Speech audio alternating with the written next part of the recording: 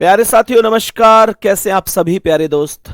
उम्मीद करता हूं आप सभी लोग बहुत ही अच्छे होंगे, शानदार होंगे, स्वस्थ जबरदस्त जिंदाबाद होंगे और आप सभी प्यारे साथियों की पढ़ाई भी बहुत अच्छी चल रही होगी।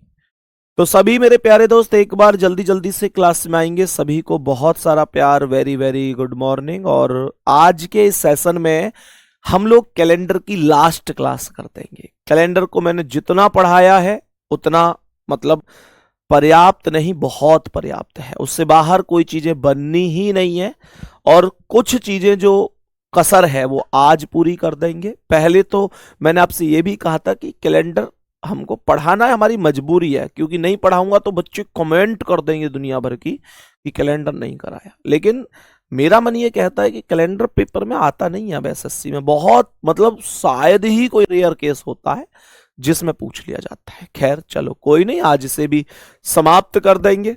अभी अभी कोडिंग डिकोडिंग पढ़ाया था मैंने फटाफट रिवीजन में, उसमें आप सभी लोग जुड़े होंगे और कल इस क्लास में भी कोडिंग डिकोडिंग शुरू करेंगे, क्योंकि 3 से 4 क्वेश्चन आपके कोडिंग डिकोडिंग से ही पूछे जाते हैं। एसएससी जीडी की किसी भी शिफ्ट को उठाकर देख लो, चाहे जो पेपर हो चुके हैं उन सब को उठाकर देख लो। और एसएससी जीडी ही क्यों, सीजीएल, सीपीओ, सीएचएसएल, एमटीएस या state level, UP police, MP police, कोई सा भी पुलिस उठाओ, यहां से क्वेश्चन बनता है। कोडिंग डिकोडिंग इंपॉर्टेंट है। अब सुनो ध्यान से, कल मैं आपको 1 वर्ष से ज्यादा वाले सवालों का एक क्वेश्चन करा के गया था।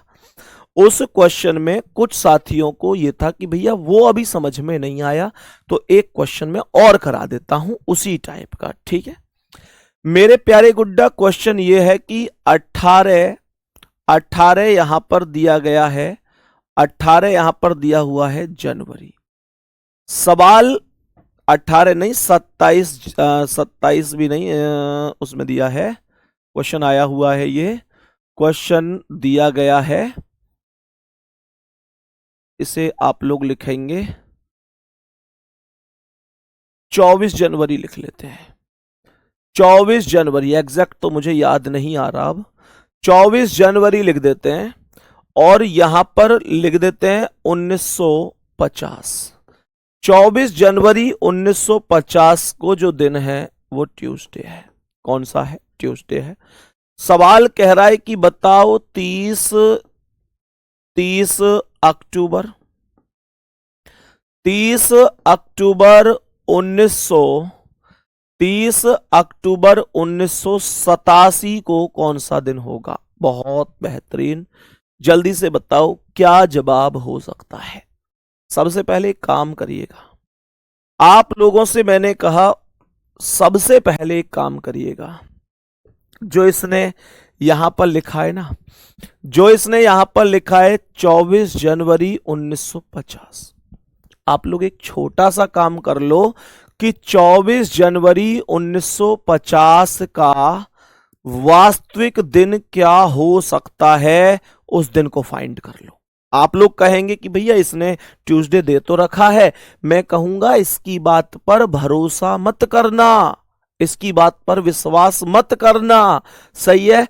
तो मेरे प्यारे गुड्डा 24 जनवरी 1950 का दिन तुम लोग अपने हिसाब से यहां पर कैलकुलेट करेंगे। 24 जनवरी 1950 का दिन, और आप जो निकाल रहे हैं वो एकदम रियल डे आता है। आपको ट्रिक याद है उसकी? बेटा फटाफट क्लास हुई है मेरे दोस्त, हुई है।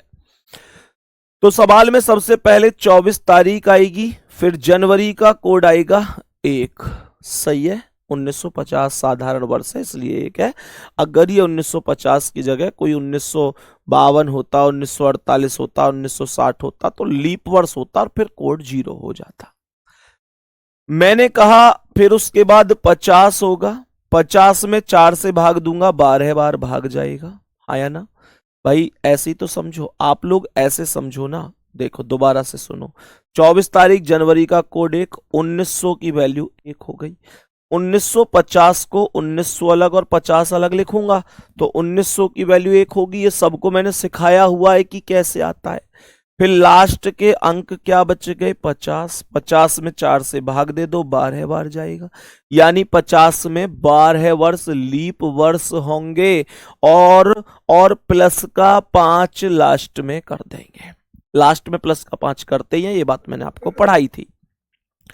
तो ये आएगा 24 में जब भाग दोगे तो ये आएगा 7 तिया 21, यानी 3 बच गए, प्लस ये 1 प्लस 1 आएगा, ये 7 सत्ते 49, 1 बच गया, ये 7 एकम 7, 5 बच गए, और लास्ट में 5 उतार दिया। मेरे प्यारे भाई, जो वैल्यू जोड़ने के बाद 7 बन रही है उनको वहां काट दो, कि 5 6 7, ये 5 6 7 खत्म। तो ये आया 5 और 1 6 और 3 9, 9 में जब आप 7 से भाग देंगे तो 7 एकम 7, आपके पास 2 शेष बचेगा, 2 का अर्थ है ट्यूसडे। इसका मतलब यह हुआ कि एग्जामिनर ने ट्यूसडे जो दिया था, जो ट्यूसडे दिया था वो एकदम सही दिया था इस बार। अब इसने सही दिया नहीं दिया, इस बात को तो मैं तभी फाइंड कर सकता हूं ना जब मैं ओरिजिनल डे को निकाल लूंगा। ओरिजिनल डे मैंने जैसे ही निकाला तो ये सेम वैल्यू बन गई। बात समझ में आ गई? तो मैं अब क्या करूंगा, मैं 30 अक्टूबर 1987 को निकाल दूंगा।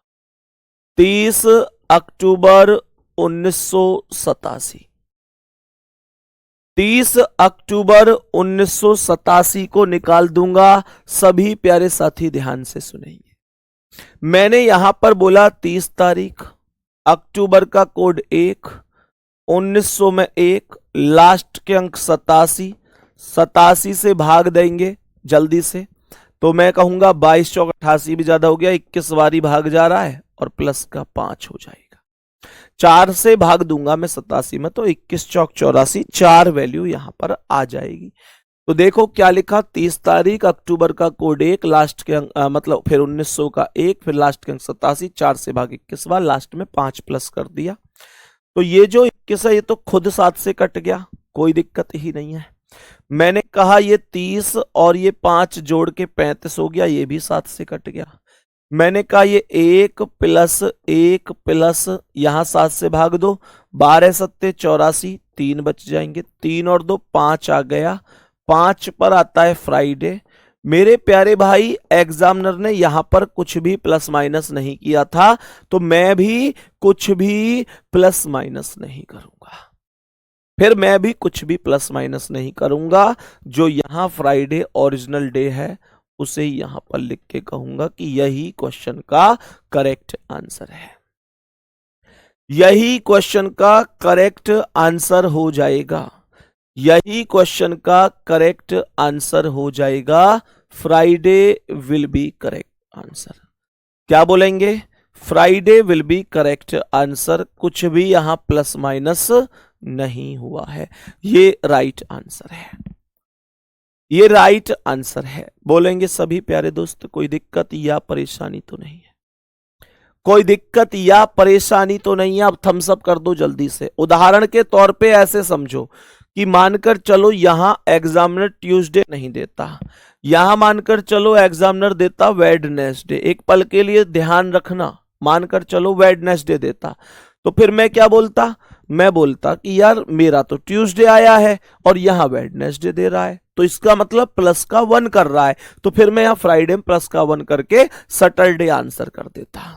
सर एक बार मंथ के कोड लिख दो प्रियांशु भाई। लिखे हुए हैं, क्लास देखो पुरानी, सब लिखवाए हुए मैंने, सब लिखवाए हुए मेरे दोस्त। क्लास तो किया करो आप लोग, सारी चीजें लिखवाई हुई हैं एक तरफ से, सब कुछ पढ़ाया हुआ है, ठीक है, सारी चीजें पढ़ाई हुई हैं। अब सुनो, आगे बढ़ते हैं।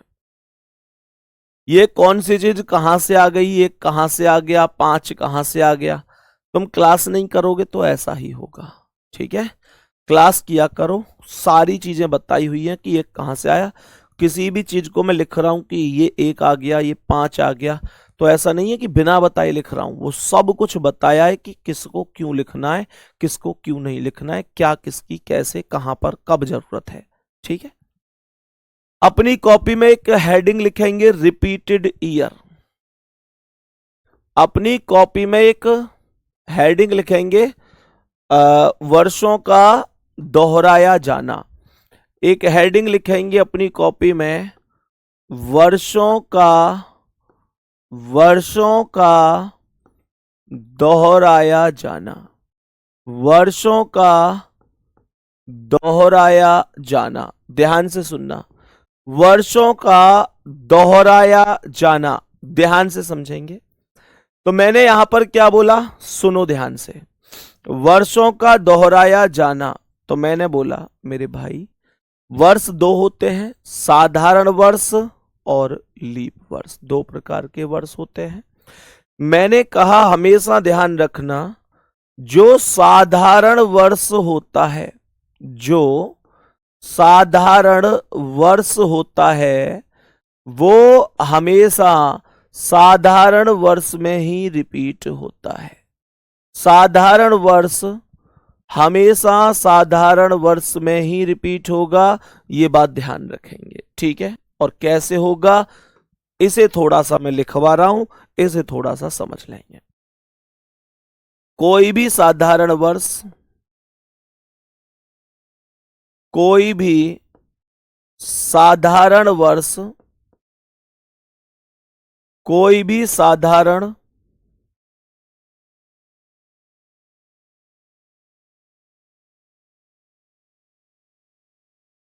वर्ष हमेशा 11 वर्ष बाद, 11 वर्ष बाद दोहराया जाता है, दोहराया जाता है। कोई भी साधारण वर्ष हमेशा 11 वर्ष बाद दोहराया जाता है। कितने वर्ष बाद? 11 वर्ष बाद। लेकिन यदि किसी साधारण वर्ष में, किसी साधारण वर्ष में 11 जोड़ने पर यदि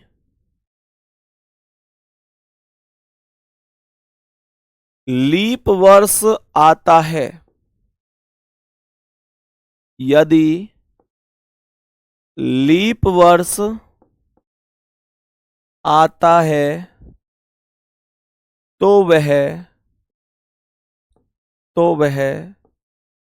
6 वर्ष बाद,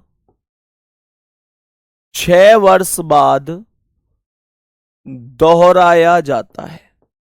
अभी मैं उदाहरण दूंगा, सब आपको समझ में आएगा, सब आपको समझ में आ जाएगा। दोहराया जाता है। मैं अभी आपको उदाहरण दूंगा, सब समझ में आएगा। थोड़ा सा गौर से सुनेंगे, ठीक है ना? चलो ध्यान से सुनेंगे। मैंने यहां पर क्या बोला कि जो नॉर्मल ईयर है वो 11 ईयर के बाद, आफ्टर 11 ईयर्स रिपीट होता है। आफ्टर 11 ईयर्स रिपीट होता है। और मेरे प्यारे दोस्तों, अगर किसी नॉर्मल ईयर में 11 ऐड करने पर नॉर्मल ईयर से वो लीप ईयर में परिवर्तित हो जाए, देन वी कैन से, ऐसी स्थिति में प्लस का 6 करना होता है। बात समझ में आ गई? अब मैं उदाहरण दूंगा, हर चीज आपको समझ में आएगी। देखो कैसे। जैसे आप लोगों से अगर क्वेश्चन कहता है कि भाई 2000, जैसे आपसे कह रहा है कि 2000, मैंने कहा 2000 जैसे वर्ष है 2003, तो मैं कहूं 2003 का कैलेंडर कब दोहराया जाएगा? कमेंट में बताओ, 2003 का कैलेंडर कब दोहराया जाएगा? कब रिपीट होगा तब आप लोग कहेंगे कि 2003 में 11 जोड़ दो। 2003 में 11 जोड़ोगे तो 2014 आएगा। 2003 भी साधारण वर्ष था, 2014 भी साधारण वर्ष है, तो इसका मतलब यही करेक्ट आंसर है। बात सबको समझ में आई? सबको बराबर समझ में आई? अब सुनो, मानकर चलो सवाल आपसे कहे कि मेरे भाई 2002 का कैलेंडर कब रिपीट होगा, तब आप लोग कहेंगे कि 2002 में 11 जोड़ दो। 2002 साधारण है तो 11 जोड़ दिया जाएगा। 11 जोड़ूंगा तो ये 2002 प्लस 11 बराबर 2013 आएगा, और 2013 करेक्ट हो जाएगा। 2013 सही जवाब होगा कि 2002 का कैलेंडर 2013 में रिपीट हो जाएगा। मेरे प्यारे दोस्त, अगर मैं बोलूं कि 2005 का कैलेंडर कब रिपीट होगा, जरा ध्यान देंगे। 2005 क्या है? 2005 एक साधारण वर्ष है। मैं जानता हूं कि जैसे ही 2005 है तो 2005 में 11 प्लस कर दो, ये 2016 हो जाएगा। 2016 हो जाएगा। लेकिन क्या 2016 सही जवाब है? क्या 2016 सही जवाब है? नहीं, क्योंकि 2016 तो लीप वर्ष है, और मैंने यहां क्या बोला कि साधारण वर्ष में ही रिपीट होता है। और मैंने यहां पर क्या बोला, यदि किसी साधारण वर्ष में 11 जोड़ने पर यदि लीप वर्ष आता है तो इस साधारण वर्ष में 11 जोड़ने पर लीप वर्ष ही तो आ रहा है, तो वह 6 वर्ष बाद दोहराया जाता है। वह 6 वर्ष बाद दोहराया जाता है। इसका मतलब 2005 11 साल बाद नहीं दोहराया जाएगा, ये 6 साल बाद दोहराया जाएगा, ये 2011 हो जाएगा।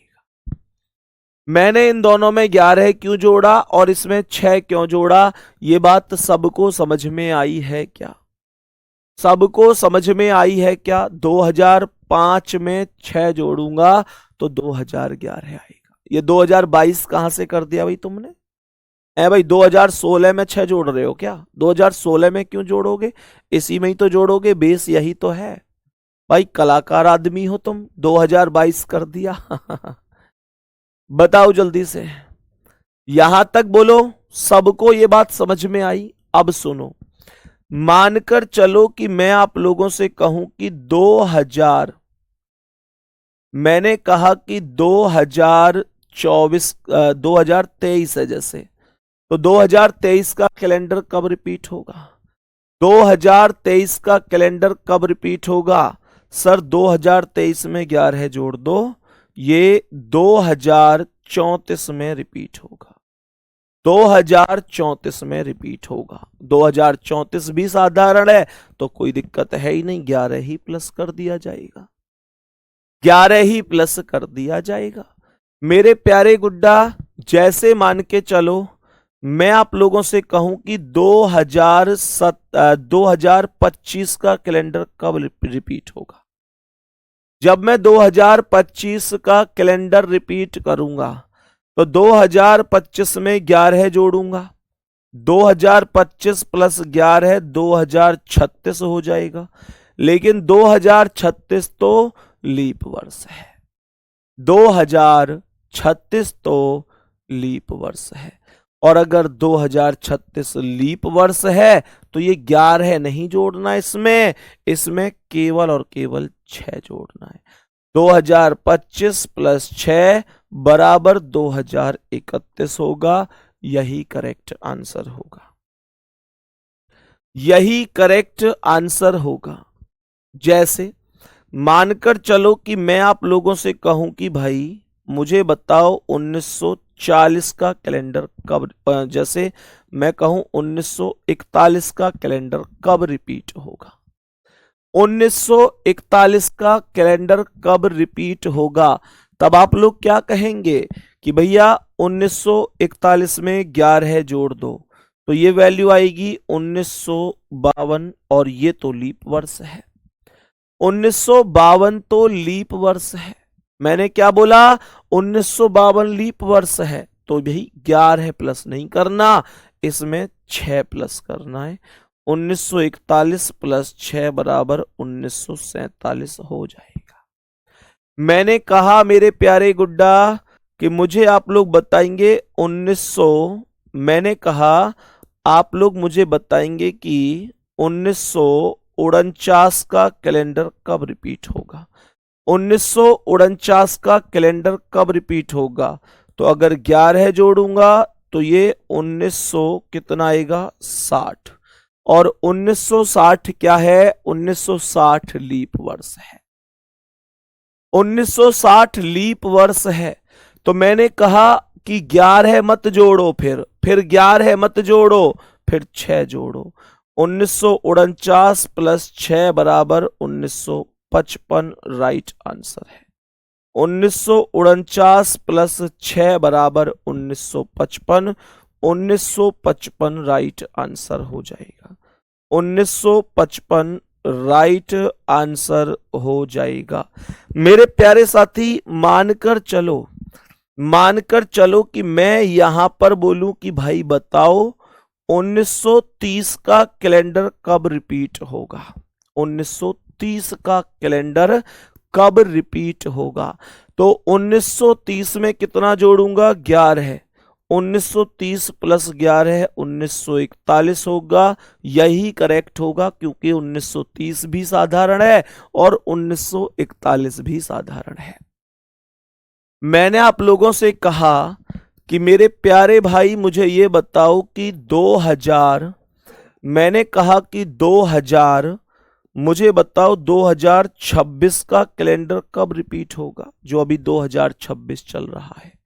तो 2026 साधारण है, 11 जोड़ो 2037 आएगा, यानी कि 2037 में रिपीट होगा। 2037 2026 के जैसा होगा। 2026 के कोई भी दिन को उठाकर देख लेना और 2037 के कोई भी दिन को उठाकर देख लेना, वो दिन आपको आपस में एकदम समान ही नजर आएगा। उस दिन पर कोई प्रभाव आप लोगों को नहीं मिलेगा, कोई भी प्रभाव आप लोगों को नहीं मिलेगा। मेरे सभी प्यारे साथी जवाब देंगे। मैंने कहा यहां तक आपको ये एक एक शब्द, एक एक चीज अच्छी तरीके से समझ में आ गई होगी। मैंने आप लोगों से कहा आगे सुनो। यहां तक ये बात हमारी समझ में आ गई। मुझे पहले तो आप लोग कमेंट करके ये बता दो कि संदीप भैया हम आपसे ये प्रॉमिस तो अच्छी तरह से कर सकते हैं अब कि अगर कभी भी कोई भी साधारण वर्ष हमें देगा तो हम बता देंगे कि वो कब रिपीट होगा। नॉर्मल सा फंडा है कि अगर 11 जोड़ने के बाद आप लोगों को 11 जोड़ने के बाद अगर साधारण ही आ रहा है तो फिर कोई समस्या है ही नहीं, फिर तो जो आ रहा है वही आंसर है। लेकिन अगर 11 जोड़ने के बाद 11 जोड़ने के बाद कभी ऐसा हो रहा है कि आपका आने वाला वर्ष लीप वर्ष में परिवर्तित हो गया है, तब ऐसी स्थिति में आप लोग 6 जोड़ेंगे, 11 नहीं जोड़ेंगे, 11 नहीं जोड़ेंगे। और ये बात तो ऐसा नहीं है कि आपको 11 जोड़ के देखना है, आप माइंड में जोड़ लो ना। आप 1949 है, वो कह रहा है कब रिपीट होगा, अपने माइंड में जोड़ो। अच्छा 1949, 11 जोड़ूंगा तो 49 और 11 60, 1960 आएगा। यार 1960 तो लीप वर्ष है, इसका मतलब 11 वाला नहीं है ये सवाल, ये 6 वाला है। तब आप 1949 और 6 1955 बोल दोगे। समझ में आ गई? और ये पेन उठाने जैसी कोई आवश्यकता आपके लिए नहीं है। सही है, ये कोई भी आवश्यकता नहीं है। एक बार जल्दी से दिल भेज के बता दो इस बात को, अगर कर सकते हो तो, कर सकते हो तो बता दो। बाकी मेरे प्यारे दोस्त, साधारण वर्ष के बाद अब आपके मन में एक डाउट आया होगा कि भैया जी लीप वर्ष कैसे पता करते हैं, लीप वर्ष कैसे रिपीट होता है, उसको भी थोड़ा सा समझा दीजिए। ठीक है, एक भाई ने डाउट पूछा भी कि 2024 कैसे रिपीट होगा। गुड्डा 2024 लीप वर्ष है। लीप वर्ष कैसे रिपीट होता है, आओ जानते हैं। मैंने कहा लीप वर्ष, जैसे साधारण वर्ष हमेशा साधारण वर्ष में रिपीट होता है, ठीक वैसे ही लीप वर्ष हमेशा लीप वर्ष में ही रिपीट होता है। कैसे रिपीट होता है सुनो। लीप वर्ष, कोई भी लीप वर्ष, कोई भी लीप वर्ष हमेशा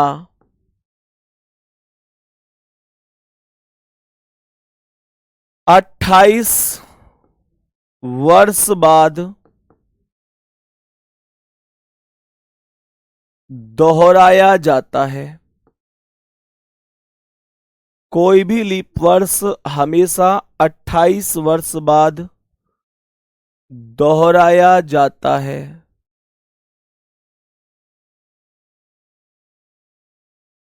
28 वर्ष बाद दोहराया जाता है, लेकिन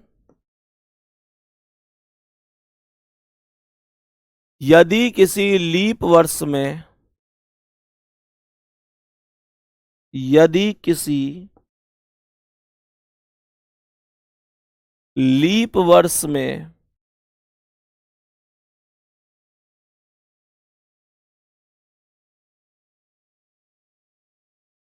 अट्ठाईस जोड़ने पर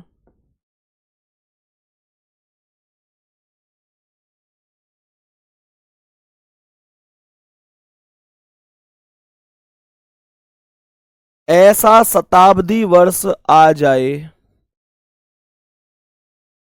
ऐसा शताब्दी वर्ष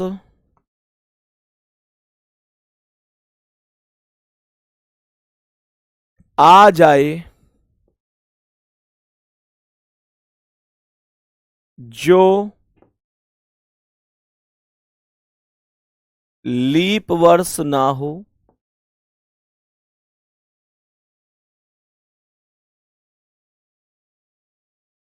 अर्थात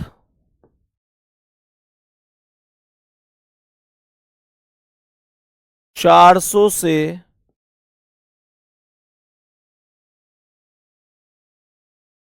विभाजित ना हो।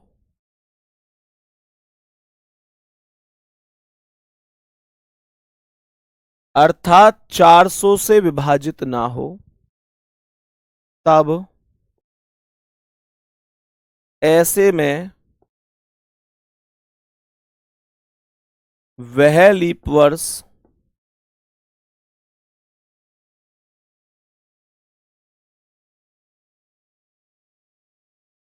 चालीस वर्ष बाद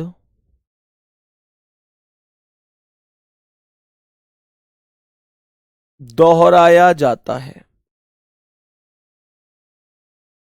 यानी कि रिपीट होता है आफ्टर 40 ईयर। आफ्टर 40 ईयर, जरा ध्यान से सुनिएगा मैंने क्या बोला अपने प्यारे भाई बहनों से, जरा ध्यान से सुनेंगे क्या कहेंगे।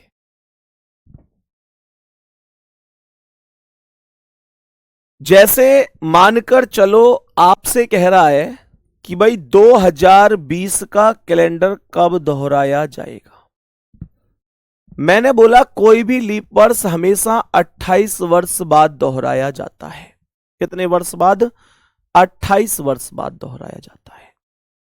तो मेरे प्यारे गुड्डा आप इसमें 28 प्लस करेंगे और आपको प्राप्त होगा 2048। यही करेक्ट आंसर है, यही राइट आंसर हो जाएगा। मैंने कहा आपसे कह रहा है कि 1912 का कैलेंडर कब रिपीट होगा। मैंने कहा 28 प्लस कर दो और 1940 में रिपीट हो जाएगा। कोई दिक्कत तो नहीं है। मैंने आप लोगों से कहा बताओ 2024 का कैलेंडर कब रिपीट होगा। 28 प्लस कर दो, 8 4 12 का 2, 2 2 4 1 5, ये 0 ये 2, 2052 में रिपीट होगा। मैंने आप लोगों से कहा कि मेरे प्यारे गुड्डा 1872 का कैलेंडर कब रिपीट होगा। यहां ध्यान देना, 1872 का कैलेंडर कब रिपीट हो जाएगा। ध्यान से सुनना, 1872 का कैलेंडर कब रिपीट होगा। 1872 में 1872 में अगर 28 जोड़ूंगा तो ये 1900 आएगा। और आप जानते हैं कि 1900 एक ऐसा वर्ष बन चुका है जो 400 से विभाजित नहीं है, जो 400 से कट नहीं सकता।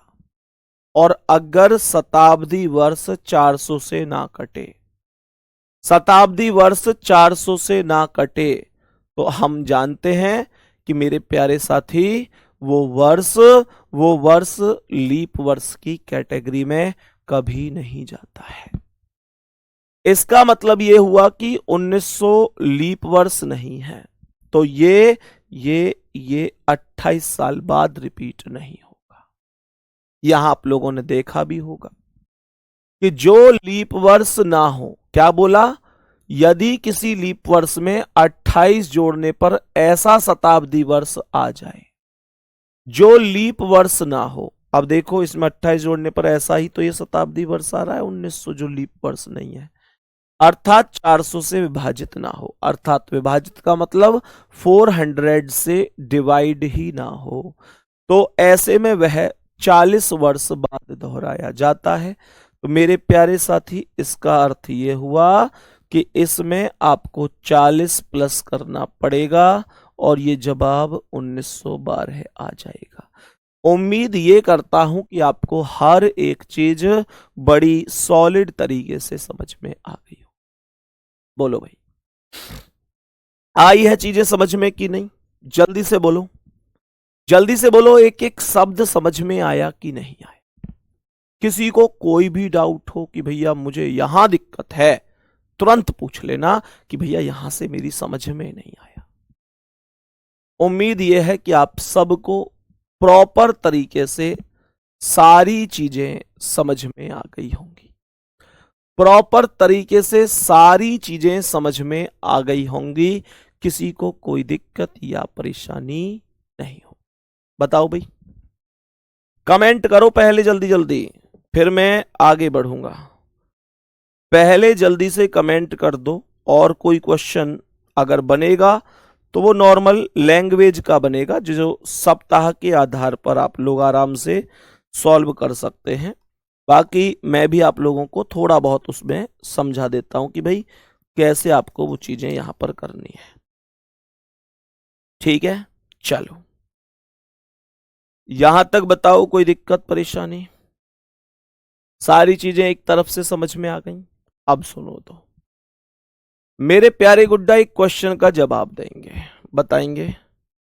कभी कभी लैंग्वेज वाले क्वेश्चन नॉर्मली पूछ लेता, उसमें कोई ऐसी दिक्कत नहीं है। मैं बताता हूं कैसे आप लोग इन्हें आराम से कर सकते हैं, अगर मैं ना भी कराऊंगा तो भी। ये बात कितने लोगों को पता है कि 7 दिन बाद सेम दिन होता है? हाँ, एक भाई ने बहुत अच्छा डाउट पूछा है कि भैया अगर ऑप्शन पिछले हो तो क्या किया जाए।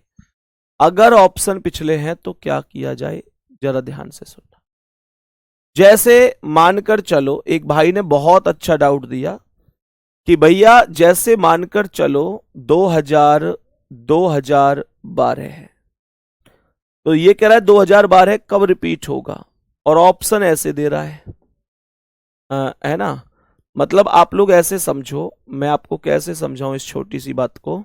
हाँ ठीक है, मतलब आप लोग ऐसे समझो कि अगर ये कह रहा है कि भाई पीछे कब रिपीट होगा, तो ये जो 28 आगे जोड़ रहा हूं मैं, पीछे भी घटा सकता हूं। जैसे कह रहा है 2020 का कैलेंडर कब रिपीट होगा, और ऑप्शन आपको आगे वाले नहीं दे रखे, यानी 2048 नहीं दे रखा, 2020 से पीछे के दे रखे हैं। तो उसमें क्या है, 28 माइनस कर दो। अगर वो ये पूछ रहा है कि 2020 का कैलेंडर पहले कब रिपीट हुआ था, तो उतना माइनस कर दो, क्या दिक्कत है। ठीक है, कोई परेशानी नहीं है। अब सुनो, ये बात सबको पता होगा कि 7 दिन बाद कोई भी दिन रिपीट होता है। तो उससे सवाल कैसे बना देता है ये, कह रहा है किसी महीने में यदि यदि किसी महीने में यदि किसी महीने में यदि किसी महीने में 4 तारीख को 4 तारीख को बुधवार अर्थात वेडनेसडे है, बुधवार अर्थात वेडनेसडे है। यदि किसी महीने में 4 तारीख को बुधवार है, तो बताइए तो बताइए तो बताइए उस महीने में उस महीने में उस महीने में चौथा सोमवार, चौथा नहीं तीसरा, तीसरा सोमवार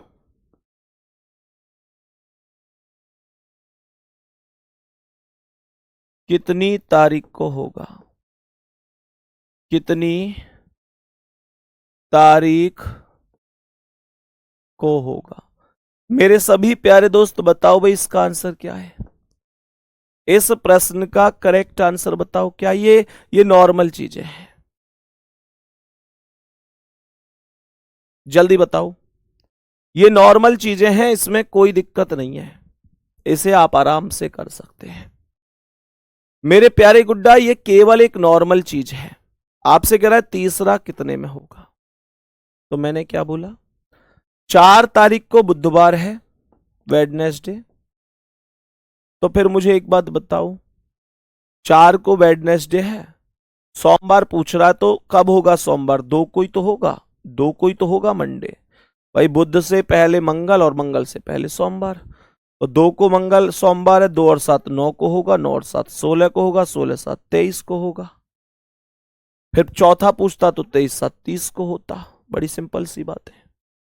अगर मानकर चलो तीसरा सोमवार ना पूछ गए, आपसे कह दे कि बताओ तीसरा शुक्रवार कब होगा, तीसरा शुक्रवार कब होगा, तो भी ये बड़ी बात नहीं होनी चाहिए आपके लिए। कह रहा है बताओ तीसरा शुक्रवार कब होगा, तो भी आप इसे आराम से कर सकते हैं, कोई दिक्कत परेशानी नहीं है। कैसे कर सकते हैं, आप लोग कर सकते हैं कि मेरे भाई 4 को इसने बुध दे रखा है, वेडनेसडे, तो 3 अच्छा शुक्रवार पूछ रहा है, तो 5 को थर्सडे हो गया और 6 को हो गया फ्राइडे। 6 7 13 7 20 हो जाएगा, कोई दिक्कत नहीं है ना। 20 तारीख हो जाएगी। 27 कौन दे रहा है, 27 कैसे होगा भाई, है 27 कैसे होगा, 27 थोड़ा ही ना होगा। बात ये समझ में आ गई होगी। मैं उम्मीद करता हूं आप सबको ये सारी चीजें प्रॉपर तरीके से समझ में आ गई होंगी। ये केवल और केवल एक लैंग्वेज का खेल है, केवल और केवल एक लैंग्वेज का खेल है। उम्मीद करता हूं सभी चीजें आप लोगों को प्रॉपर तरीके से समझ में आई हो। बोलो कोई दिक्कत तो नहीं है, कोई परेशानी तो नहीं है। बाकी मेरे प्यारे गुड्डा, कल कोडिंग डिकोडिंग प्रारंभ कर देंगे। कोडिंग डिकोडिंग में आपको आज तक प्लेस वैल्यू याद हुई है नहीं हुई है, आपको मानकर चलो कोडिंग डिकोडिंग में प्लेस वैल्यू के अलावा मानकर चलो अपोजिट याद हुए नहीं हुए, वो सारी चीजें कल याद करा दूंगा और आराम से आप लोग इस टॉपिक में इतनी महारत हासिल कर लेंगे। ये टॉपिक खास है कोडिंग डिकोडिंग, है ना। और आप लोगों का सिलेबस, आप लोगों की जो कमेंट आती है ना कि भैया कब तक हो जाएगा, मैं आराम से 8-9 फरवरी तक आपका सिलेबस करा दूंगा। 8-9 फरवरी वो तारीख है कि एक मैक्सिमम तारीख बताइए, उस तक मैं आपका सिलेबस करा दूंगा और उतना करा दूंगा इस वाली क्लास में और फटाफट सीरीज में, दोनों में से जोड़कर, कि उससे बाहर कुछ भी नहीं जाएगा, कुछ भी नहीं जाएगा। आप लोगों के लिए मतलब मैं हमेशा ये सोचता रहता हूं कि कितनी मेहनत करी जाए, और मेहनत तो सब करते हैं, लेकिन मैं हमेशा ये सोचता हूं किस डायरेक्शन में करी जाए। सही है ना, किस डायरेक्शन में मेहनत करी जाए। ऐसा तो नहीं है जिसमें मेहनत कर रहे हैं उसके आगे कुछ है ही नहीं। मेहनत उस रास्ते पर होनी चाहिए जहां पर हमारा सिलेक्शन लिखा हुआ हो। तो मेरे प्यारे दोस्त, बाकी देखो फटाफट सीरीज को भी जरूर किया करो। मैं वो किसके लिए कर रहा हूं? आपके लिए तो कर रहा हूं। अगर मुझे ये होता कि भाई अपनी कोई बहुत बड़ी चीज वो करनी होती कि भाई मैं दुनिया को दिखाऊंगा, उसे करूंगा, अपने आप को साबित करूंगा इस दुनिया की नजर में, तो मैं उसे यूट्यूब पर कराता और हर एक एग्जाम के लिए कराता। तो उस पर बहुत व्यूज जाते, लाखों में व्यूज जाते, लाखों लोग देखते, तो उनमें से 2-4 हजार डेली नए लोग भी जुड़ते। लेकिन मैंने केवल ये रास्ता आप लोगों के लिए चुना है कि भाई नहीं, मैं पहले आप लोगों को कराऊंगा ऐसे, और एप्लीकेशन पर ही कराऊंगा, केवल इसलिए। अब उसे आप ना करो या करो, वो आपकी मर्जी है, आपकी स्वतंत्रता है। मैं अपना बेस्ट दे सकता हूं, आप उसे कैसे स्वीकार करना चाहते हैं वो आपको पता होगा गुड्डा। मेहनत आपको ही करनी पड़ेगी, इस बात को लिख लेना कोरे कागज पर, ठीक है। कल फिर मिलेंगे गुड्डा, तब तक के लिए थैंक यू, नमस्ते, धन्यवाद।